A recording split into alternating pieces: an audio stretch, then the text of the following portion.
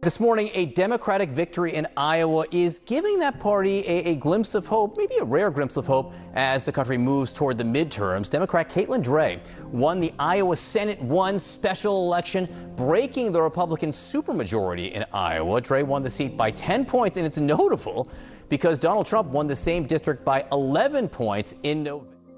What happens when Trump's aura of invincibility collides with reality? For years, he has redrawn the rules and convinced his base that nothing could touch him, but now that collusion is shattered. Republicans just lost a vital seat they thought was untouchable, and suddenly, the Trump machine doesn't look so unstoppable. So what does this mean?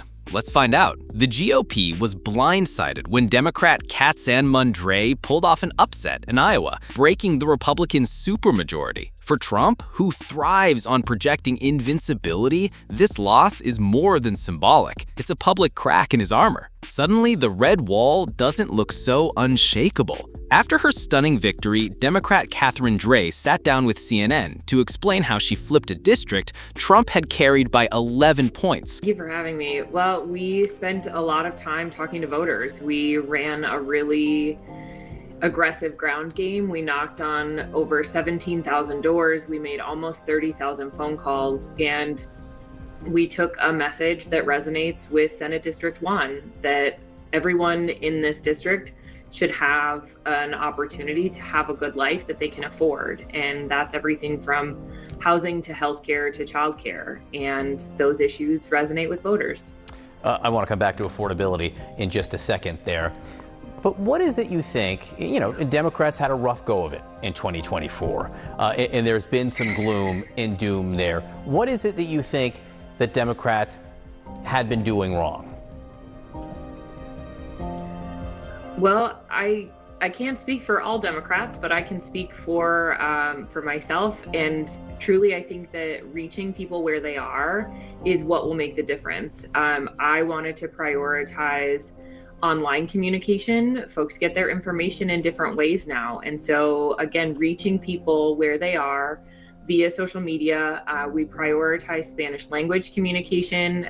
We had, get out the vote messaging in Spanish. The full website was available in Spanish. That was really important to me. I studied Spanish in college and have lost some of those language skills, but I'm dangerous enough on the doors to have a conversation and say, how can I help you in English and in Spanish? And truly, I think we have to get back to policies and messaging that resonate with the working class. While she seems hopeful, the Republicans are disappointed. Analysts quickly stepped in to explain what this upset really means. Particularly in Iowa, where there's currently a Republican governor, but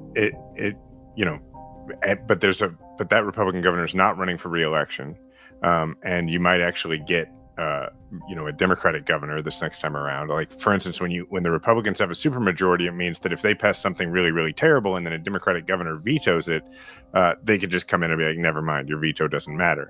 It also matters a lot on things like forcing a vote instead of being able to filibuster something, or in the case of Iowa, a Republican governor being able to appoint whoever they want without Democrats having anything to say about it. So, breaking the supermajority makes Democrats, who are very much the minority party in Iowa, all of a sudden quite relevant again in the legislature. It's a huge deal, particularly when you look at, the actual dynamics of this race.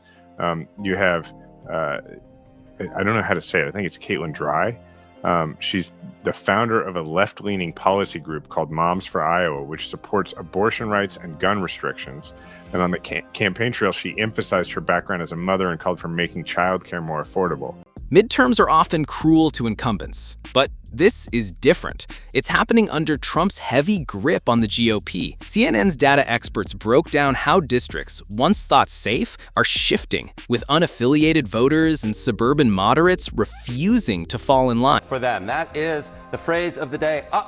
Democrats lead the generic congressional ballot, and you can see their lead is expanding. It's becoming bigger. Look at this in spring. CNBC, it was 2. Now it's 5. How about Ipsos? It was 1 for the Democrats. Now it's 4. How about the Wall Street Journal? It was 1, and now it is 3. So now the average lead here is 4, which is up from just about a point. That's about a 3-point move on average in the Democrats' direction. And of course, Kate Paul, when this is coming amidst the fights over redistricting, I think there are going to be a lot of people wondering, wait a minute, are Republicans wanting to change the lines because they are losing, which they absolutely are on the generic congressional ballot. At this point, Democrats are winning, Republicans are losing, and maybe they're trying to change the lines in order to give themselves a little bit more wiggle room, given what we're seeing, a clear Democratic momentum on the generic congressional ballot. How does it break down when you look at party ID? Okay, so this is one metric, right? The generic congressional ballot. How about party identification, right? Because the idea is if you're a Democrat, you're very likely to vote Democrat. If you're a Republican, you're very likely to vote Republican. Take a look here, the party ID margin, Democrats versus Republicans. Look in Q1 of this year. Quinnipiac,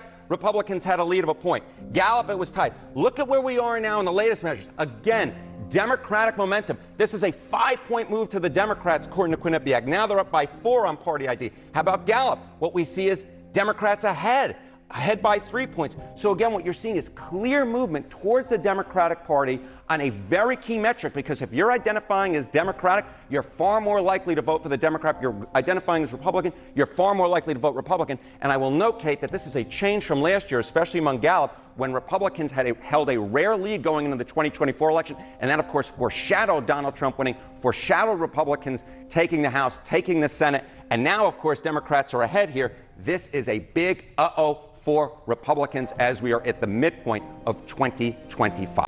This wasn't just a fluke. It's the first clear sign that voters are pushing back against Trumpism. Instead of acknowledging the shift, Trump doubled down, telling Republicans they are entitled to more seats and demanding states redraw maps to guarantee his control. Absolutely. So, first of all, redistricting really is traditionally only happens at the beginning of a decade.